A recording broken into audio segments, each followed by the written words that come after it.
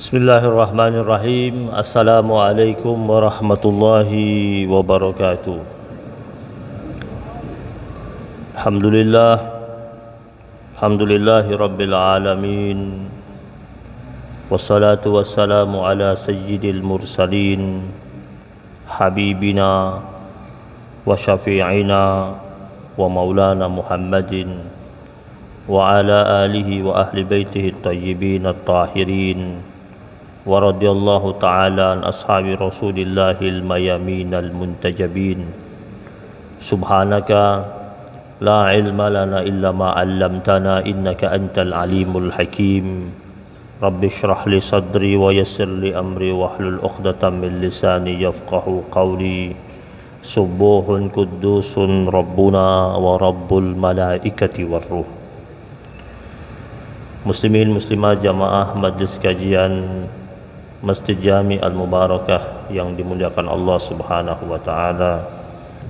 Semoga Allah Subhanahu wa taala menerima seluruh amaliyah ibadah yang telah kita rangkai sepanjang Ramadan, 1 bulan penuh itu, dengan penerimaan yang mulia dan penghargaan yang tinggi dari Allah Subhanahu wa taala.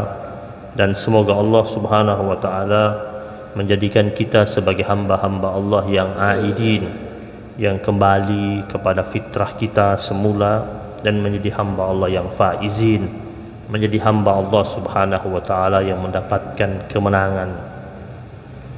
Tetapi bukan berarti kita sudah mendapatkan kemenangan yang tetap, karena kemenangan yang tetap itu nanti ketika sudah selesai dihisab, ketika kita sudah melewati sirat, dan ketika kita sudah diizinkan berada di surganya Allah Subhanahu wa taala, itulah kemenangan yang hakiki. Jadi kemenangan yang kita dapatkan ini kemenangan yang bisa saja dia hilang di tengah jalan. Makanya ulama sering mengingatkan, jangan pernah merasa menang, karena pertempuran kita dengan syaitan adalah pertempuran yang belum berakhir. Godaan yang didatangkan oleh syaitan itu godaan yang tidak pernah berhenti, dan dia senantiasa menunggu dan mencari kapan titik lengahnya kita. Sehingga ada orang sering merasa sudah menang tetapi ternyata belum menang, atau orang yang merasa dia menang ternyata dia lengah di tengah kemenangannya dan dia bisa kalah lagi. Pemain bola yang mendapatkan penghargaan kemenangan, kalau dia tidak mampu menjaganya, bisa dikalahkan pada pertemuan-pertemuan atau pertandingan-pertandingan berikutnya. Kita juga begitu. Di bulan Ramadan kemarin kita berusaha untuk menjalankan seluruh aktivitas ketaatan, kesalehan, kebaikan. Kita berusaha untuk jemput nilai takwa kita, dan Allah Subhanahu wa taala sampaikan kita ke penghujung Ramadan. Allah perkenankan kita untuk dapat berada dalam nuansa takwa itu. Sekarang bagaimana kita merawatnya, bagaimana kita menjaganya. Jangan sampai takwa yang sudah kita jemput itu tidak mampu kita jaga dengan sebaik-baiknya, kemudian dia menjadi rontok atau luntur di tengah jalan. Makanya dalam Al-Quran itu salah satu bobot dan nilai takwa itu adalah beribadah dengan penuh kesungguhan. Ya ayyuhalladzina amanu taqullaha haqqa tuqatih. Allah katakan haqqa tuqatih, betul-betul bertakwa. Bertakwa dengan penuh keseriusan dan kesungguh-sungguhan. Dalam surat An-Nur ayat yang ke-52 Allah berfirman, "Wa may yuti'illaha wa rasulahu wa yakhshallaha wa yattaqihi fa ulaika humul faizun." Itu ada kata faizun di situ. Wa may yuti'illaha wa rasulahu wa yakhshallaha wa yattaqihi fa ulaika humul faizun. Barang siapa yang taat kepada Allah, taat kepada Rasulnya, kemudian memiliki rasa takut yang begitu besar hanya kepada Allah Subhanahu wa taala, wa yattaqihi. Ulama mengatakan wa yattaqihi di sini artinya dia berusaha menjaga dirinya untuk tidak terjebak dengan kubangan dosa, atau tidak berada pada arena maksiat, atau jika dia berbuat dosa cepat-cepat dia kembali kepada Allah Subhanahu wa taala. Orang muttaqin begitu. Kalau itu dia jaga, itu dia lakukan, ya, taat sama Allah, taat sama Rasul, takut sama Allah, kemudian begitu mudah dia kembali kepada Allah. Kalau dia bermaksiat, Allah katakan faulaika humul faizun, maka mereka itu adalah orang-orang yang mendapatkan kemenangan. Jadi kemenangan itu tidak datang tanpa ada usaha untuk menjemput kemenangan tersebut. Dan hamba Allah yang sungguh-sungguh beriman itu dia menjemput kemenangan itu dengan ketaatan, dengan ketakutan. Ada taat, ada takut. Wa yakhsyallah itu kata ulama, wa yakhsyallah itu artinya dia takut kepada Allah. Takutnya karena cinta, karena biasanya orang yang cinta dia takut kehilangan yang dia cintai. Jadi ada taat, ada cinta. Wa yattaqihi. Kalau orang sudah cinta, maka ketika dia berbuat salah, dia cepat-cepat minta maaf kepada yang dia cintai. Orang mukmin kalau dia berbuat salah, cepat-cepat dia minta maaf sama siapa? Siapa puncak cintanya? Yaitu Allah Subhanahu wa ta'ala. Nanti dia akan dapatkan apa? Kata Allah, faulaika humul faizun. Mereka itulah yang akhirnya mendapatkan kemenangan. Nah, jamaah yang dirahmati Allah Subhanahu wa ta'ala, ada kebiasaan baik yang dilakukan oleh masyarakat kita. Masyarakat kita melakukan biasanya di bulan Syawal itu menjalankan ajang silaturahim, halal bihalal, dari lingkungan keluarga, kerabat, RT bikin acara, RW bikin acara. Kemudian kalau di Jakarta biasanya orang-orang perantauan bikin acara masing-masing di bulan Syawal itu. Tidak ada henti-hentinya ada program acara itu. Bahkan perkantoran ya, sampai sudah lewat Syawal, ini sudah mau akhir Syawal ya. Itu ada kantor yang hari Senin masih bikin acara tuh, masih ngundang kita tuh. Sudah lewat Syawal masih bikin acara halal bihalal. Sebenarnya ini tradisi yang baik. Walaupun sebenarnya silaturahim dalam Islam itu tidak pakai nunggu momentum. Silaturahim itu harus dirajut, harus dijalin setiap saat. Bahkan dia menjadi bagian daripada nilai keimanan. Bahkan salah satu barometer takwa yaitu orang yang baik silaturahimnya. Dalam Al-Quran, dalam surat An-Nisa, Allah berfirman, wattaqullaha alladzi tasaaluna bihi wal arham, dan bertakwalah kalian kepada Allah yang dengannya kalian saling meminta dan menjalin hubungan silaturahim. Nah, jamaah yang dirahmati Allah Subhanahu wa taala, di dalam Al-Qur'an kita akan temukan banyak sekali firman Allah Subhanahu wa taala yang berbicara tentang silaturahim, dan juga banyak hadis yang berbicara tentang itu. Salah satunya hadis yang disabdakan oleh Rasulullah sallallahu alaihi wasallam, kata Nabi, laisal wasilu bil mukafi. Kata Nabi, silaturahim itu bukanlah saling membalas kebaikan. Kalau kita kan sukanya begitu, dikunjungi terus balas kunjungan. Kata Nabi, yang dimaksudkan dengan silaturahim itu laisal wasilu bil mukafi. Silaturahim itu bukanlah yang saling membalas kebaikan, walakinil wasilu alladzi idza qata'at rahimuhu wasalaha.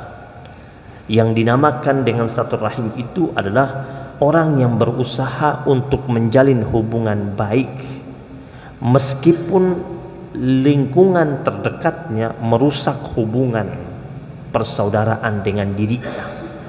Ini hadis riwayat Imam Bukhari. Itu nama silaturahim. Dan dalam Islam itu silaturahim itu orang yang datang berkunjung duluan, bukan yang kalah. Dan kita suka bilang, emang siapa yang salah? Dia dong yang datang ke saya. Suka gengsi-gengsian itu. Kalau ukurannya itu tentang benar dan salah, biasanya masing-masing mengklaim dia benar. Jadi silaturahim itu dibangun di atas fondasi mau mengalah, melepas atribut ego. Sulit itu kalau orang mau menjalin hubungan silaturahim tetapi egonya masih ada. Kita ini manusia ini, ya, tidak bisa dipungkiri, kita ini makhluk sosial. Walaupun kita merasa ada hal-hal tertentu yang kita bisa buat sendiri, bisa lakukan sendiri, tidak membutuhkan orang lain, tetapi sebenarnya kita lebih jauh membutuhkan banyak orang. Baju yang kita pakai ini, yang kita kenakan itu hasil kerja banyak orang.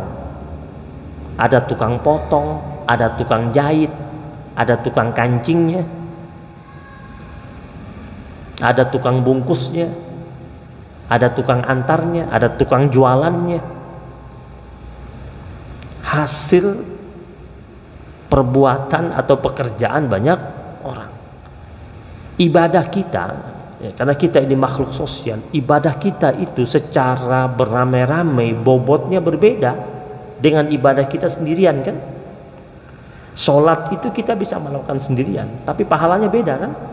Kalau kita melakukan sholatnya bersama-sama aja.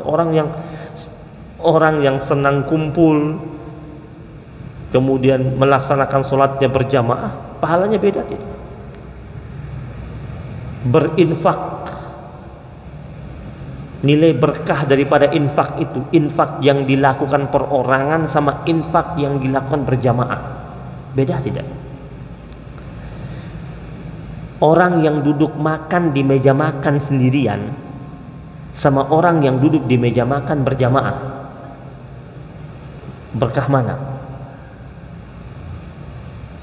Bayangkan kalau tiap hari bertahun-tahun duduk makan di meja makan sendirian, nyaman gak? Orang masuk rumah sakit, orang kalau masuk ke rumah sakit yang dirawat tuh, betah gak dia? Kenapa dia nggak betah? Sendirian. Dia sakit, dia pinginnya di rumah. Di rumah masih sakit, tapi di rumah dia merasa lebih nyaman. Kenapa? Banyak orang. Di rumah sakit walaupun ada yang jaga, ada yang datang nengok. Yang datang nengok kan cuma sebentar nengoknya, pulang. Jadi manusia ini dia harus sadar Allah ciptakan dia itu bukan untuk hidup sendiri. Allah ciptakan dia untuk hidup berkelompok. Nah, dan salah satu syarat hidup berkelompok itu baik, silaturahim.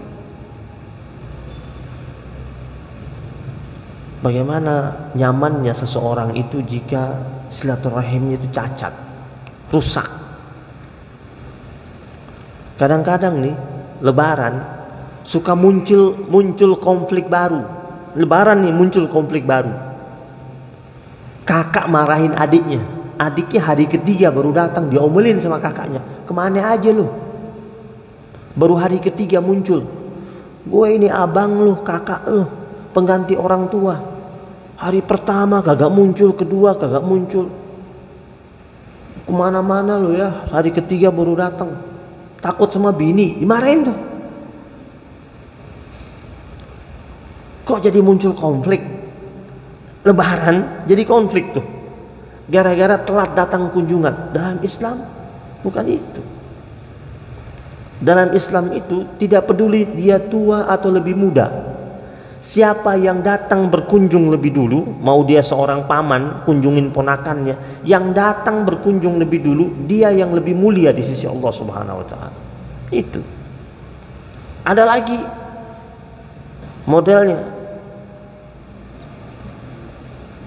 Nggak pernah mau ngunjungin, maunya dikunjungin. Ada gitu? Maunya didatengin. Itu model-modelnya kayak Ka'bah itu.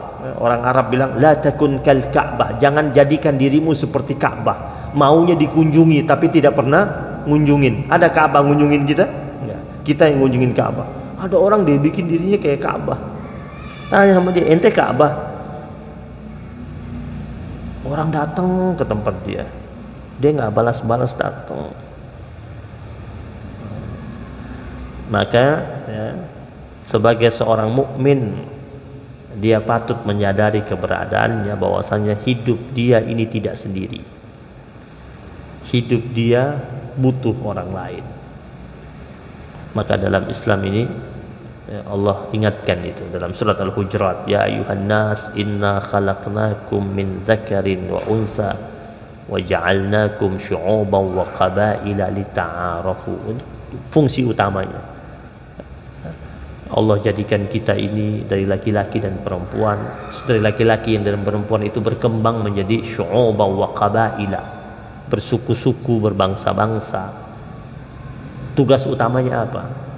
Tujuan utama itu, kata Allah, lita'arafu, untuk saling mengenal.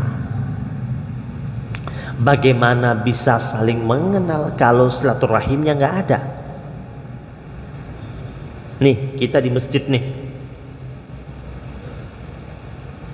Bagaimana kita bisa saling kenal sama jamaah yang ada di sini kalau tidak ada silaturahim?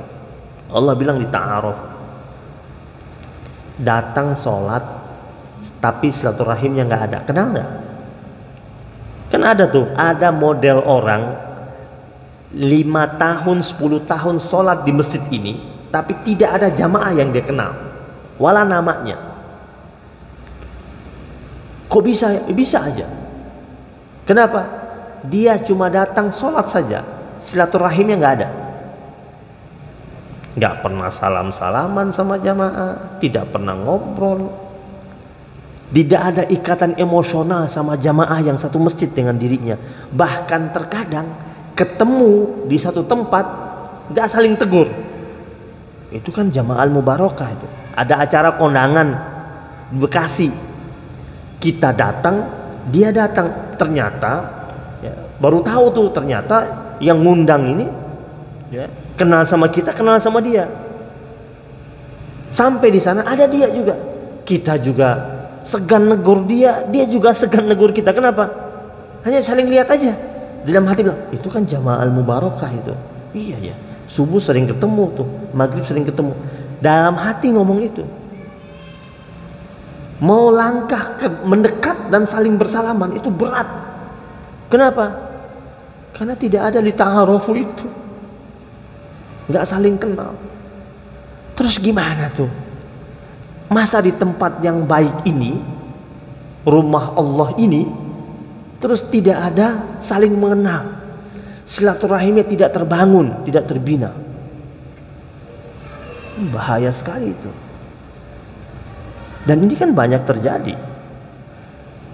Sekarang di sini aja deh, yang hadir di sini, nih yang duduk di sini nih. Kenal nggak semua namanya nih? Hah? Kenal nggak? Nggak. Udah berapa tahun ngaji di sini? Udah berapa tahun lihat muka-muka yang ada di sini? Paling cuma oh tuh bapak itu tuh yang kumisan. Lah tetanggaan aja, tetanggaan 15 tahun, 20 tahun. Istri tetangga nggak tahu namanya. Tetangganya namanya Pak Haji Eko. Taunya istrinya Bu Eko. Taunya Bu Eko aja. Udah Bu Eko. Siapa? Bu Eko. Orang datang antar surat suatu hari, ada datang antar surat atau bawa paket.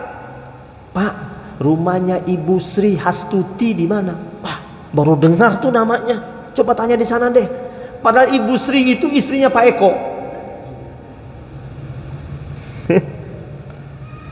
Itu tetanggaan sama kita 25 tahun Pak. Orang itu pergi deh ke ujung sana, tanya sama pos satpam, lah itu rumahnya tuh situ. Yang tukang antar paket kesel, bapak itu kacau tuh ngerjain saya tanya dia bilang dia nggak tahu, dia suruh ke sana. Bukan ngerjain, emang kagak tahu.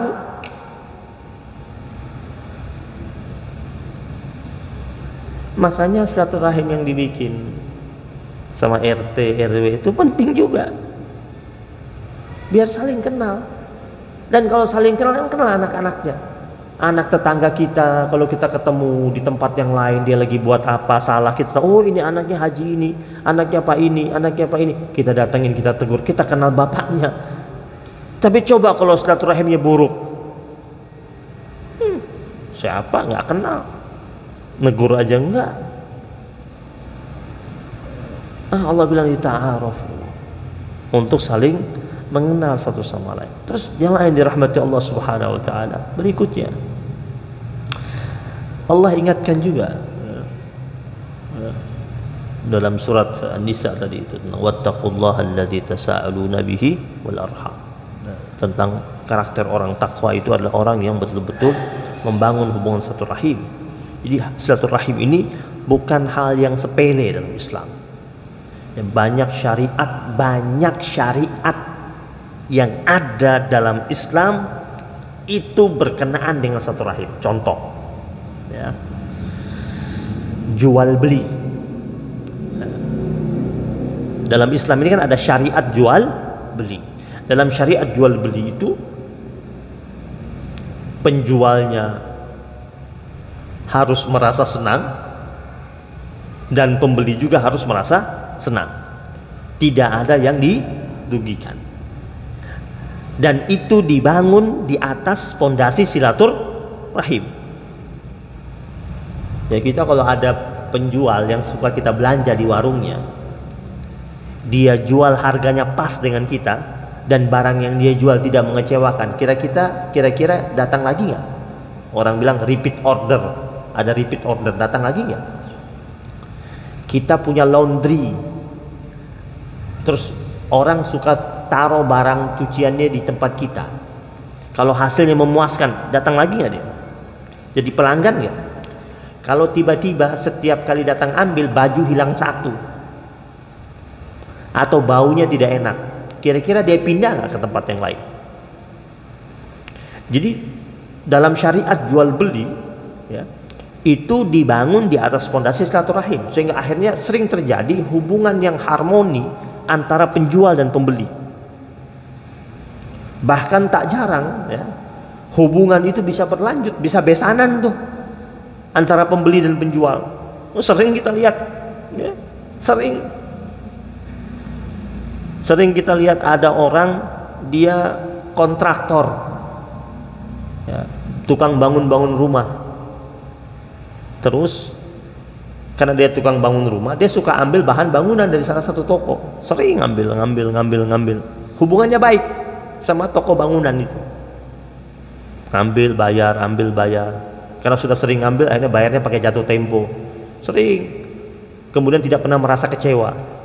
Lama-lama ngomong nih, oh lu punya anak. Nih saya punya anak laki, anak perempuan umur berapa? Oh beda 4 tahun nikah. Besanan jadi itu besanan. Coba kalau yang punya toko bangunannya culas, sering curang, minta besi, ya, minta besinya, suruh kirim besinya 50 batang, datangnya 45 batang. Kadang-kadang datang besinya yang besi-besi banci yang datang.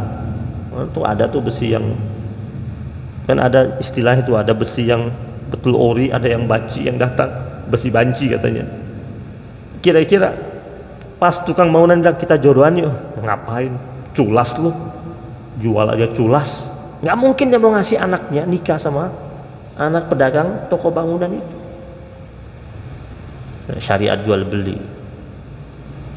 Kemudian dalam syariat hutang piutang, itu dibangun di atas fondasi silaturahim. Tidak boleh ada unsur ribawi. Orang yang terbiasa bermain dengan riba, itu mudah putus silaturahimnya. Kan di Al-Quran mengatakan orang yang makan riba itu seperti orang yang kesetanan. Bahasa Al-Qurannya seperti itu. Bahasa kekinian itu artinya orang yang akrab dengan riba itu orang yang mudah stres. Mudah stres. Di rumah dia bisa berantem sama keluarganya, di kantor bisa ribut sama karyawannya, di tempat bisnisnya bisa berantem sama rekan-rekan bisnisnya. Jadi berantakan, sistem silaturahim itu berantakan. Nah, syariat jual beli Islam mengedepankan adanya hubungan silaturahim dan jual beli tersebut, ya. Dan masih banyak lagi yang lainnya.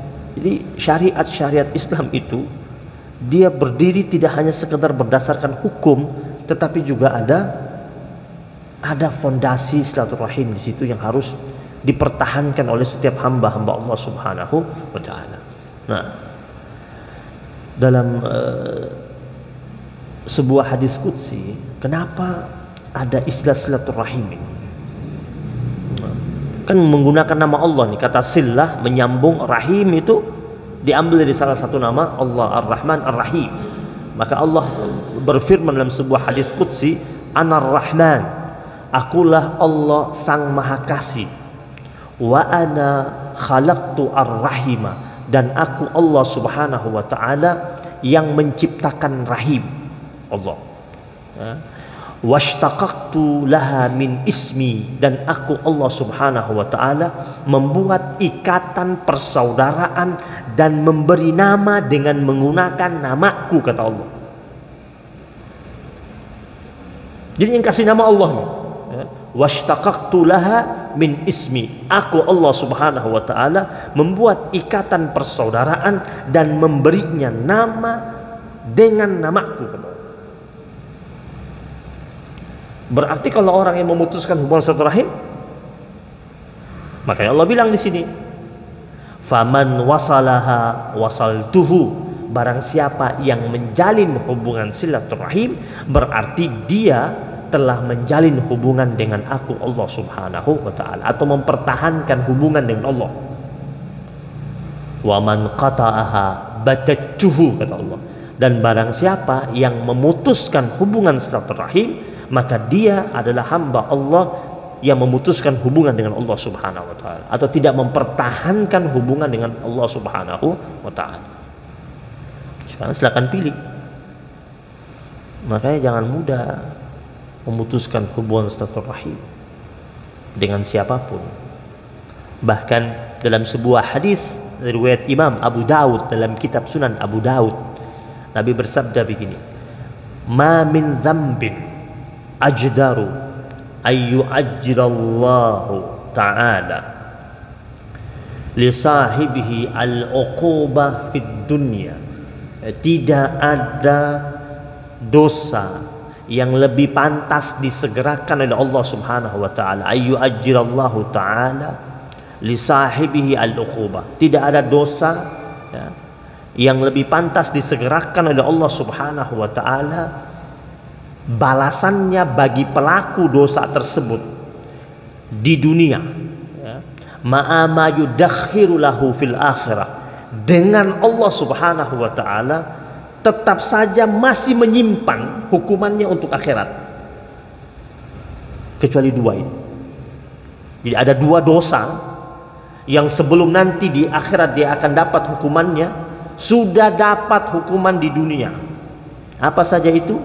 Kata Nabi, mislul baghi wa qati'atir rahim, yaitu dosa kezaliman, dan yang kedua dosa memutuskan hubungan silaturahim.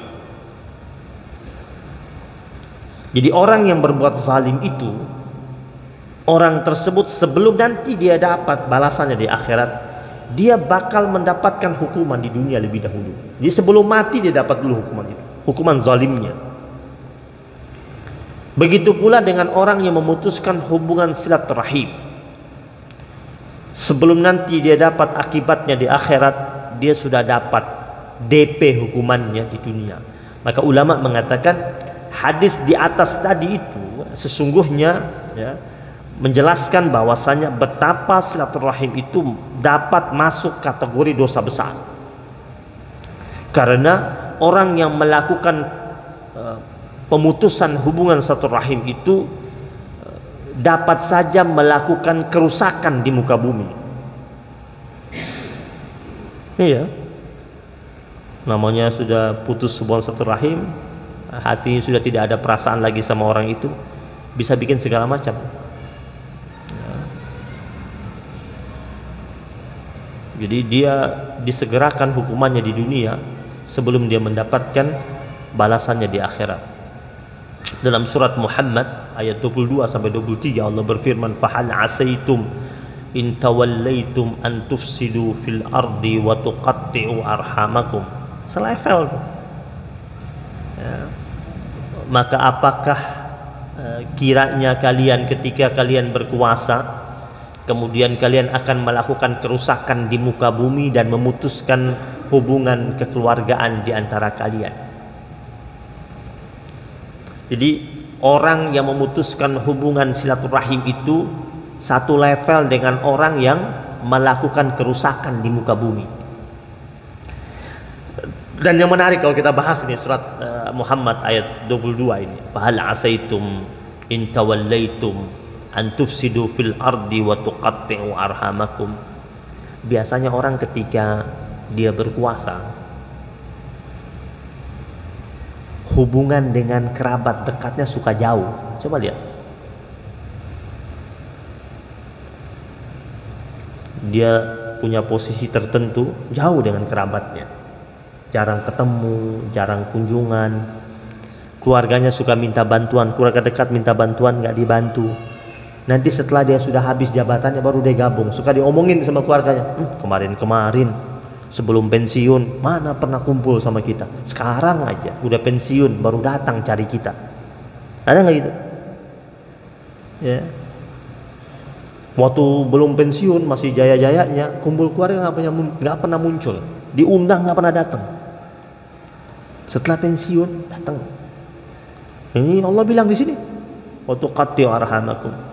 Jadi orang yang punya posisi kekuasaan itu dua kemungkinan, melakukan kerusakan di muka bumi dan memutuskan hubungan silaturahim. Dan lanjut lagi Allah katakan kalau ini dilakukan, ulaikal ladzina la'anahumullah, yang bilang Allah ini surat Muhammad ayat 23 berikutnya, mereka itu adalah orang-orang yang dilaknat sama Allah Subhanahu wa taala. Jadi yang melakukan kerusakan di muka bumi, kita manusia tidak perlu laknat dia, otomatis Allah yang laknat dia. Yang bikin rusak pantai, bikin rusak hutan, bikin rusak alam raya ini, tatanan alam raya ini dibikin kacau. Allah bilang ulaikal ladzina la'anahumullah, mereka itulah orang-orang yang dilaknat sama Allah Subhanahu wa taala. Fa asammahum, dan apa bukti laknat Allah? Kita bisa lihat langsung kata Allah. Satu, fa asammahum, Allah jadikan orang itu tuli. Makanya kita bilang, kok dia nggak dengar sih ucapan? Jadi banyak suara-suara kritik. Suara-suara kritik itu dia tahu. Tapi kenapa dia tidak berubah? Allah katakan Allah tulikan telinganya. Kan kita suka bilang, emang dia nggak dengar? Dengar. Kok dia tidak berubah? Allah lagi laknat dia. Dengan cara apa? Allah jadikan telinganya tuli, tebal telinganya. Wa ama absarahum, dia nggak lihat dia. Aneka video, aneka tayangan dimunculkan di mana-mana. Masa dia nggak nonton? Dia nonton. Kok dia tidak berubah? Kok dia tidak menjadi orang baik? Kok dia tidak introspeksi diri? Karena Allah sudah laknat dia dengan Allah katakan wa a'ma absarahum. Allah jadikan orang itu buta matanya. Dia tidak melihat titik kebenaran lagi. Itu hukuman, Pak. Itu hukuman dari Allah Subhanahu wa taala. Kalau orang mukmin itu dia kembali cepat. Kalau dia tidak cepat kembali, dia sudah tidak mukmin itu, dia sudah munafik. Dia menjadi hamba Allah yang ingkar terhadap kebesaran Allah Subhanahu wa taala. Begitu pula dalam surat Ar-Ra'd ayat 25. Allah jelaskan juga di situ. Walladzina yanquduna ahdallahi min ba'di mitsaqihi wa yaqta'una ma amara Allahu bihi ayyusala. Sama nih levelnya. Orang-orang yang melanggar janjinya dengan Allah Subhanahu wa taala setelah janji itu diikat bersama Allah, langgar dia. Kemudian yang kedua, wa yaqta'una ma amarallahu bihi ayyusala, orang yang memutuskan hubungan yang Allah perintahkan untuk disambung, untuk dijalin. Wa yufsiduna fil ard, dan melakukan kerusakan di muka bumi. 3. Ini sama, selevel, setara. Ulaika lahumul la'natu. Allah bilang, mereka ini adalah orang-orang yang mendapatkan laknat dari Allah Subhanahu wa taala. Walahum su'ud dar, dan orang-orang seperti ini akan mendapatkan tempat kembali yang buruk. Ini neraka jahanam. Jadi jemaah sekalian, cara paling efektif untuk membuka kembali hubungan yang telah terputus, pertama kali mukaddimahnya apa? Mudahlah mengucapkan salam. Di salam ini, assalamualaikum, itu mukaddimah untuk membuka hubungan silaturahim. Jangan berat mengucapkan salam. Wah, biar aja dia duluan. Ini saling nunggu kan? Ini mau ngucapin nanti, ini sana mau ngucapin nanti. Akhirnya nggak jadi-jadi. Harus terbuka hatinya, lapang hatinya, ngucapin salam. Nabi sama yang membencinya, sama yang memusuhinya, sama ngomongin Nabi di belakang. Nabi tahu tuh orang-orang yang ngomongin Nabi di belakang. Tapi kalau berpapasan, Nabi ucapkan salam lebih dahulu. Maka dikatakan cara paling efektif untuk membuka kembali hubungan yang telah terputus yaitu dengan mengucapkan salam, sebagai tanda dibukanya kembali hubungan kekerabatan. Bukan berarti orang yang lebih dahulu memberikan salam tersebut dia yang kalah. Bukan itu. Bukan dia, tapi dialah yang hebat. Dia yang bakal mendapatkan kemuliaan dari Allah Subhanahu wa taala. Dan ini menjadi perhatian buat kita bahwasanya betapa pentingnya dan mulianya menjalin hubungan silaturahim tersebut.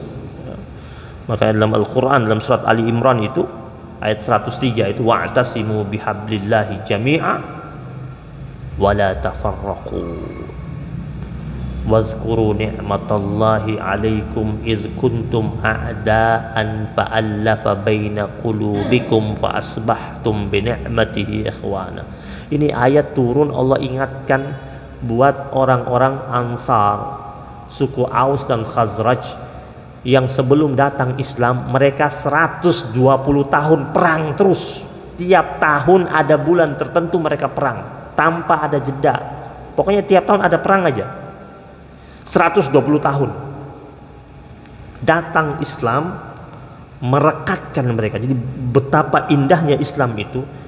Dua kelompok yang 120 tahun perang tanpa henti direkatkan oleh Islam. Dengan apa? Dengan ukhuwah Islamiyah itu. Makanya Allah bilang wazkuru ni'matallahi alaikum, ingatlah nikmat Allah yang Allah berikan pada kalian. Karena sebelumnya mereka hidup tidak dalam nikmat, perang terus, mana ada nikmatnya. Iz kuntum a'daan, ketika kalian saling bermusuhan, saling curiga, saling mencaci, saling memaki, saling membunuh, saling mengambil nyawa di antara kalian. Fa'allafa baina qulubikum, kata Allah. Lalu Allah Subhanahu wa taala satukan hati kalian. Allah yang satukan. Kenapa Allah satukan hati mereka? Karena mereka mau tunduk sama Islam, maka disatukan. Jadi kaum muslimin ini jika betul-betul tunduk terhadap nilai Islam, akan disatukan hatinya. Kita sering bertanya-tanya, kenapa kaum muslimin susah untuk bersatu? Karena mereka tidak tunduk terhadap nilai-nilai Islam. Kalau mereka tunduk sama nilai Islam, maka nanti akan disatukan sama Allah. Itu Aus dan Khazraj itu 120 tahun perang tanpa henti. Tapi karena mereka tunduk terhadap rambu-rambu ilahiyah, aturan-aturan Islam, Allah bilang, fa'allafa baina qulubikum. Ini hati ini yang mentautkan itu Allah, bukan manusia. Fa'asbahtum bi ni'matihi ikhwana. Mereka merasakan kenikmatan persaudaraan itu, karena persaudaraan itu nikmat sekali. Mana ada permusuhan itu nikmat. Marahan sama saudara aja kadang-kadang ke bawah mimpi itu kan, sampai ke bawah ngigau. Anak kita ya rebutan mainan sama temannya, itu sampai ke bawah ngigau, tidur malam hari, karena tidak nikmat. Maka Allah katakan fa'asbahtum bi ni'matihi ikhwana. Nah, kita berharap mudah-mudahan kita mampu jadi hamba Allah yang merasakan nikmat persaudaraan itu. Apalagi di rumah Allah ini. Alangkah mirisnya kita kadang-kadang suka dengar kabar antara pengurus DKM masjid bergesekan. Ajaib kan? Pengurus DKM masjid kok bisa ada gesekan? Ngurus rumah Allah kok bisa gesekan? Apalagi ngurus yang lain. Jadi harus betul-betul ingat pesan Allah dalam surat Ali Imran 103 ini. Fa asbahtum bi ni'matihi ikhwana. Semoga Allah hadirkan kebaikan buat kita. Allah jadikan kita sebagai hamba Allah yang senantiasa memiliki kelapangan hati dan terbuka hatinya, sehingga mudah memaafkan dan mudah mengucapkan kata maaf di hadapan siapapun ketika kita merasa diri kita bersalah. Rabbana taqabbal minna innaka antas samiul alim wa tub alaina ya maulana innaka antat tawwabur rahim. Rabbana la tuzigh qulubana ba'da idh hadaitana wa hab lana min ladunka rahmah innaka antal wahhab. Rabbana nawwir qulubana binuri hidayatik kama nawwartal arda binuri syamsika wa qamarika abadan abada. Rabbana atina fid dunya hasanah wa fil akhirati hasanah wa qina azabannar. Wa sallallahu ala sayyidina Muhammad wa ala ali sayyidina Muhammad walhamdulillahi rabbil alamin. Ya Allah biha, ya Allah biha, ya Allah bi husnil khatimah. Ya Allah biha, ya Allah biha, ya Allah bi husnil khatimah. Ya Allah biha, ya Allah biha, ya Allah bi husnil khatimah. Ya Allah biha, ya Allah biha, ya Allah bi husnil khatimah. Subhanakallahumma bihamdika asyhadu an la ilaha illa anta astaghfiruka wa atubu ilaik. Wabillahi taufiq wal hidayah wal ridha wal inayah wal afu minkum. Wassalamualaikum warahmatullahi wabarakatuh.